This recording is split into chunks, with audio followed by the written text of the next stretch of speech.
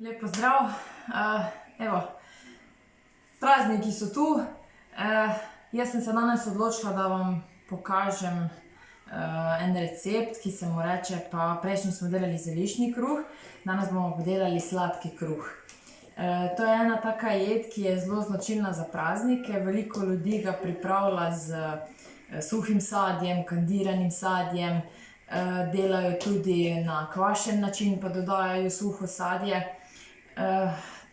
Ta kruh oziroma to pecivo se zelo poda k čaju, k kavi, zelo fino je tudi za zajtrk. No in danes ga bomo pripravili, je čisto enostaven za pripravo. Potrebujemo le nekaj sestavin.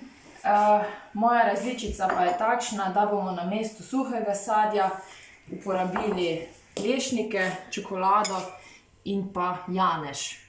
Janež bomo uporabili zato, ker pač med prazniki nekako pojemo kar dosti slaščic. Janež pa ima to funkcijo, da nekako blaži napenjanje v želodcu, pomaga, da nas ne tišči, da nimamo zgage in tako naprej. Pa še zelo prijetnega okusa da kruhu. S tem lahko pa tudi dodamo manj sladkorja, ker je janež že nekako sam po sebi daje neko sladkobo. Torej za pripravo peciva potrebujemo le jajca, moko, sladkor in pa ostale dodatke. Najprej jajca ločimo na rumenjake in beljake. Rumenjake penasto vmešamo s sladkorjem. Jajčka morajo dobiti tako bledo barvo. Mešamo tako dolgo, da se sladkor popolnoma raztopi. To pa preverite tako, da pač takle ob strani vidite, da ni nobenih grudic. Vmešali smo tudi beljake. Zdaj pa gremo vse skupaj to spraviti v kruh. Najprej jaz dodam nekje 1/3 beljakov rumenjakom. In tole lahko malo bolj na grobo, na hitro vmešamo. V tej mešanici pa bomo dodali moko, katero presejemo. Presejemo zato, da moka dobi rahlo teksturo, pa da se znebimo nekakih možnih grudic. Kolač s tem dobi tudi na svoji rahlosti. Takole.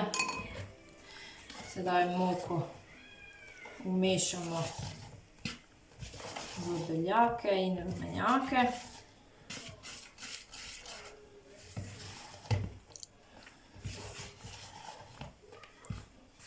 Takole nekako že se počasi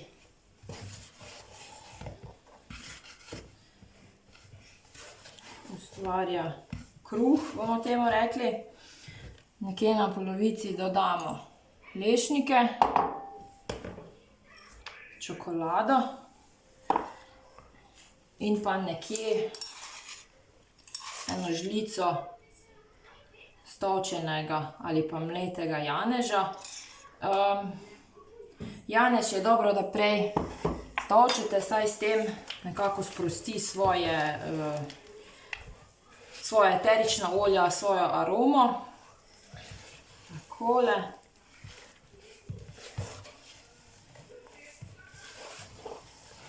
Ko se to nekoliko poveže, pa dodamo še preostale sneg beljakov. Tako. To rahlo vse skupaj povežemo. Delamo z nekakimi takimi krožnimi gibi, rahlo, zato da se čim bolj ohrani ta zrak v beljakih. S tem bo tudi naš kruh bolj zračen, ne bo tako zbit, torej bo bolj lahek. Torej, če tako nekako pogledamo, to je bolj podobno kolaču, kot pa kruhu, ampak kljub temu spada med sladke kruhe. Drugače, kot sem že povedala, Sladki kruhi se drugače pa delajo tradicionalno s kvašenim testom. Najbolj poznate mogoče ta sladki kruh, ki ga kupite lahko tudi v trgovini. To je ta panettone kruh, to je ta italijanski kruh. Vi pa lahko naredite svojo različico. Torej, tale isti recept lahko uporabite tudi s tem, da pač ne dodate lešnikov ali pa čokolade, ampak dodate suho sadje, kandirano sadje, pač po želji. S tem lahko ustvarjate čist, kakor vam paše. Tako. Umešali smo. Pripravite si pekač, katerega namastite z maslom in pa pomokate. Potem pa vse skupaj prestavite v pekač.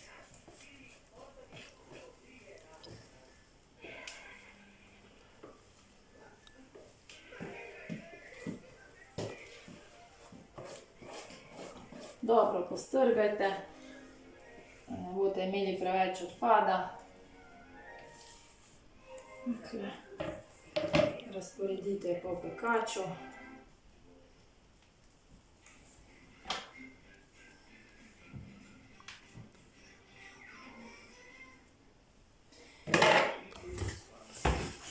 Malo potresete, da se lepše razporedi. Tako.